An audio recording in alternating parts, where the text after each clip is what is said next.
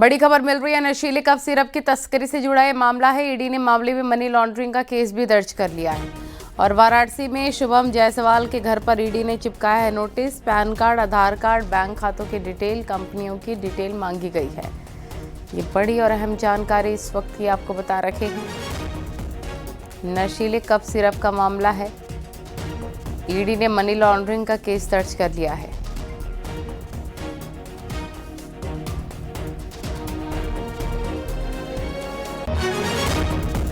नशीले cough syrup की तस्करी मामले में ये बड़ा अपडेट आपको हम दे रखे हैं।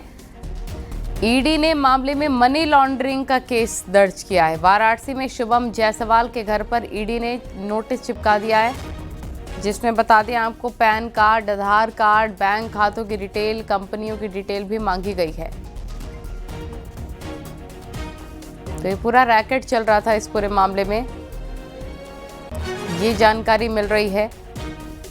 ईडी ने मामले में मनी लॉन्ड्रिंग का केस दर्ज कर लिया है। ऋषभ बड़ी त्रिपाठी हमारे सहयोगी लाइव जुड़ी है। ऋषभ, क्या जानकारी मिल रही है? बताया जा रहा है कि नशीले कफ सिरप मामले में ईडी ने मनी लॉन्ड्रिंग का केस दर्ज कर लिया है।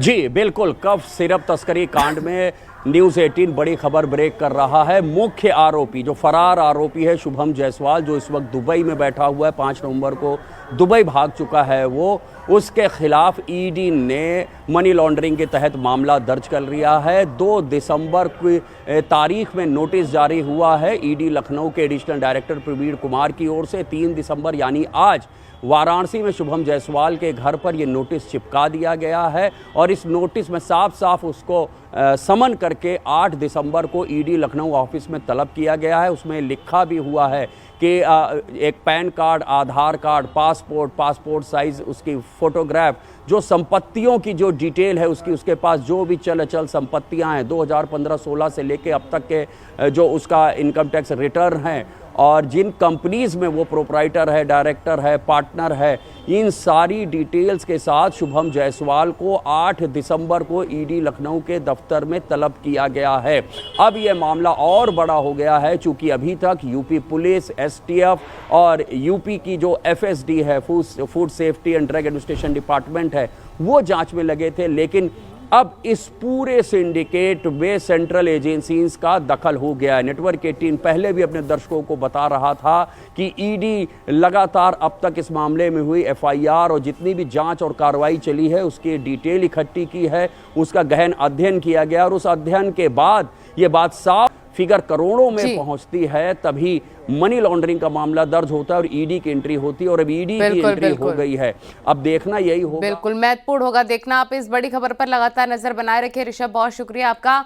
आगे बढ़ते हैं। गाजियाबाद में निजी सोसाइटी में बने मंदिर को लेकर उस समय बवाल मच गया जब आवास विकास की टीम फोर्स के साथ मौके पर पहुंची और मंदिर को अवैध बताते हुए ध्वस्त करने की बात कही। स्थानीय लोगों ने इसका विरोध किया। इसके बाद आवास विकास की टीम को बैरंग वापस लौटना पड़ा।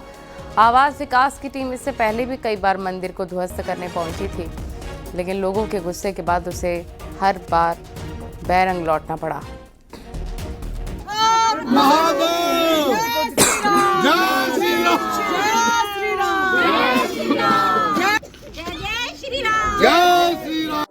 गाजियाबाद के विजयनगर थाना क्षेत्र की सिद्धार्थ विहार इलाके में उस समय हड़कंप मच गया जब इसी विशाल सहकारी आवास समिति के मंदिर को तोड़ने के लिए यहां पर आवास विकास की टीम पहुंच गई थी। ऐसा पहली मर्तबा नहीं हुआ है, इससे पूर्व भी कई बार टीम यहां आ चुकी है, लेकिन स्थानीय निवासियों का कहना यह है कि यह मंदिर प्राचीन है और इसको तोड़ने नहीं दिया जाएगा। ऐसे में कुछ लोग मेरे साथ हैं, उनसे जानेंगे और बात करेंगे।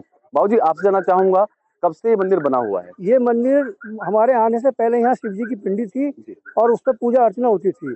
बाद में यहाँ के लोगों ने मिलकर जो है इस मंदिर का थोड़ा जीर्णोद्धार करके इसको थोड़ा भव्य बना दिया और कुछ मूर्तियां और स्थापित कर। तो वजह क्या है कि आवास विकास बार बार यहाँ आता है? कई बार पूर्व में भी आ चुका है। कुछ दूसरे समुदाय के लोगों की शिकायतें गई है, इस पर जो बराबर में प्लॉट है इसके ओनर की कंप्लेंट गई हुई है। उसको सबसे ज्यादा आपत्ति है, उसी की वजह से ही आवास विकास इस पर बार बार एक्शन ले रहा और किसी को पूरी सोसाइटी। तो आज भी जैसे आवास विकास की टीम यहाँ पहुंची थी, दल बल के साथ पहुंची थी, बुलडोजर लेकर पहुंची थी, तो किस तरह का आपने उनको मना किया? आवास विकास की टीम यहाँ पुलिस प्रशासन आया था तो मैंने पूछा किस लिए, बोला आवास विकास की टीम आ रही है मंदिर को तोड़ने के लिए। तो हमने सब लोगों को कहा भाई मंदिर तोड़ने जा रहे हैं, सारे लोग आइए इकट्ठा, हम लोगों की जान देनी पड़ेगी तो जान देंगे, लेकिन मंदिर को नहीं टूटने देंगे। सारी लेडीज मंदिर के अंदर बंद हो गई थी और अंदर से कुंडा बंद कर लिया था। ये महिलाएं हैं जो अंदर बंद हो गई थी मंदिर जिस दौरान तोड़ने की बात कही जा रही थी। ऐसा पहली मर्तबा नहीं हुआ है, इससे पूर्व भी कई बार आवास और विकास की टीम यहाँ पहुंची थी। तस्वीरें पहले आपको दिखाना चाहूंगा इसी मंदिर की। श्री सनातन धर्म मंदिर ये है और एक छोटा सा यहाँ मंदिर बनाया हुआ है। जो सोसाइटी में रहने वाले लोग हैं उनका कहना है पूर्व में ही यहाँ पर शिवलिंग थी, उसके बाद यहाँ मंदिर का निर्माण किया गया। कुछ महिलाएं मेरे साथ हैं, आपसे जानना चाहूंगा बार बार यहाँ आवास विकास की टीम आ रही है, क्या कहना है उनको मंदिर को लेकर? मंदिर तोड़वाना चाह रहे हैं। एक बार टूट भी गया था, फिर हम लोगों ने दोबारा बनवाया, लेकिन लगातार उनकी कोशिश। महोबा से खबर है, बीएलओ सहायक ने कुएं में कूदकर जान दे दिया। एसआईआर के काम में लगे हुए थे बीएलओ सहायक, परिजनों ने काम में दबाव का आरोप लगाया है। पवा गांव के प्राथमिक स्कूल में शिक्षा मित्र थे। एक्सक्लूसिव तस्वीरें।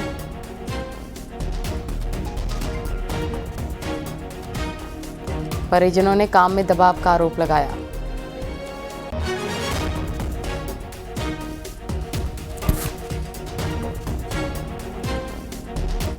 लखनऊ में खाद्य सुरक्षा विभाग ने 7 बड़े मॉल्स में छापेमारी की है। एफएसडीए की 14 टीमों ने इन मॉल्स के फूड कोर्ट में छापेमारी की। इसके बाद विभाग ने 4 आउटलेट बंद कराए। शहर के सभी बड़े मॉल के विभिन्न मॉल्स में गंदगी और खराब हाइजीन पर कार्रवाई की है। 4 बड़े फूड आउटलेट्स बंद किए गए और कई को सुधार नोटिस दिए गए। लुलु मॉल में से 2 आउटलेट को बंद कराया गया है और सिनेपोलिस मॉल के केएफसी आउटलेट में भी गंदगी मिली है। सुधार होने तक इसके संचालन को रोका गया। टीमों ने सभी मॉल के कुल 61 प्रतिष्ठानों की जांच की है। इनमें से 3 में बड़ी खामियां मिली हैं। लुलु हाइपर मार्केट की जांच में पता चला है कि खाद्य पदार्थों की मैन्युफैक्चरिंग की तारीखों में हेराफेरी की गई थी। योगी सरकार मिलावटखोरी को लेकर लगातार सख्त है। मुख्यमंत्री योगी आदित्यनाथ के निर्देश पर उत्तर प्रदेश में मिलावटखोरों के खिलाफ अभियान चलाया जा रहा है। इसी क्रम में एफएसडीए ने लखनऊ के 7 मॉल पर छापेमारी की और 4 आउटलेट बंद कराए। यहां पर घटिया सामग्री बरामद की गई, यानी कि मिलावटखोरी की सीधे तौर पर पुष्टि हुई। एफएसडीए की जो टीम है उसने ताबड़तोड़ छापेमारी लखनऊ के अलग अलग मॉल पे की और जो प्रतिष्ठित मॉल हैं वहां पर भी घटिया सामग्री वितरित करते पाए गए, यानी कि बेचते हुए पाए गए और उनके खिलाफ सीधे तौर पर कार्रवाई की गई और 4 आउटलेट इन मॉल के बंद कराने के तत्काल निर्देश दे दिए गए और इनको तुरंत सील कर दिया गया। आगरा में जब एक आरोपी जेल से छूटा तो उसके साथियों ने उसकी पगड़ी बांधकर स्वागत किया और फिर जुलूस निकाला है। जुलूस के चलते नेशनल हाईवे जाम हो गया है। उसके बाद अब पुलिस ने मुकदमा दर्ज कर कानूनी कार्रवाई शुरू कर दी है। पुलिस ने मौके से ही 10 लड़कों को गिरफ्तार भी कर लिया है। इस मामले में 12 नामजद और 150 अज्ञात के खिलाफ केस दर्ज हुआ है। बता दें कि राज चौहान अपना गैंग चलाता था। आशंका है कि जुलूस में शामिल सभी लड़के उसके गैंग के सदस्य हैं। न्यू आगरा थाना क्षेत्र की घटना है। राज चौहान को कोर्ट ने अवैध हथियार रखने और जान से मारने की धमकी देने के मामले में जेल भेजा था।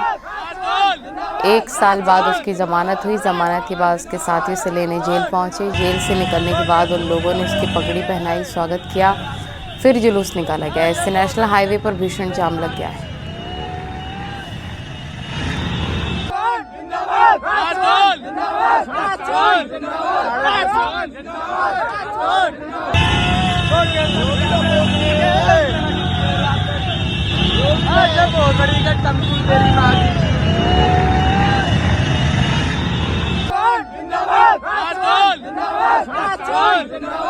मऊ में पुलिस और गौ तस्करों के बीच हुई मुठभेड़ में गौ तस्कर घायल हुआ है। पुलिस ने 6 गौ तस्करों को गिरफ्तार किया है और ट्रक और पिकअप से गौवंशों को ले जाते देखकर पुलिस ने घेराबंदी की है और तस्करों को सरेंडर करने के लिए पुलिस ने कहा है। तो इन तस्करों ने भागते हुए पुलिस पर फायरिंग कर दी। जवाबी कार्रवाई में पुलिस ने भी फायरिंग करनी शुरू कर दी। इससे गौ तस्कर घायल हो गया और कुल 6 तस्करों को गिरफ्तार किया गया है। घायल गौ तस्कर को इलाज के लिए अस्पताल पहुंचाया गया। सभी गौ तस्कर बिहार के रहने वाले हैं। क्या नाम है तुम्हारा? जो अभियुक्त थे गौ तस्कर थे 5 जिन इनकी संख्या है, उनको आवश्यक बल प्रयोग करके घेराबंद बंदी करके उनको गिरफ्तार कर लिया गया है। जो गौवंशीय पशु हैं उनका उपचार, उनकी देखभाल की जा रही है। बाकी जो अभियुक्त हैं उनसे सघन और गहन पूछताछ की जा रही है और इसमें जानकारी की जा रही है कि इसमें गैंग में और कौन से लोग हैं और ये तस्करी का जो गौ तस्करी के लिए जो गौवंशीय पशु ले जा रहे थे, ये कहाँ से ले जा रहे थे।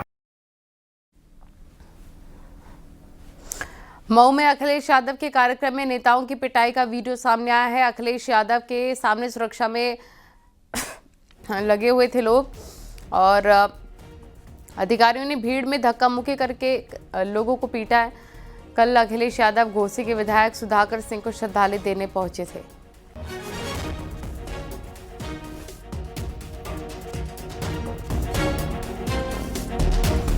नोएडा के सेक्टर 12 प्राथमिक स्कूल में शराब के नशे में धुत हुए युवक ने महिला बीएलओ से बदसलूकी की है। इस घटना का वीडियो सामने आया है। वीडियो में युवक अपने हाथ में मोबाइल लिए बीएलओ से ऊंची आवाज में धमकाते दिखाई दे रहा है। बीएलओ बार बार उसे समझा रहा है, देख सकते हैं आप, उसे समझा रहा है बार बार वो कि उसका वोट इस बूथ पर दर्ज नहीं है और उसे अपने बूथ पर जाना चाहिए। बावजूद इसके युवक लगातार धमकी भरे लहजे में उससे बात करता रहा।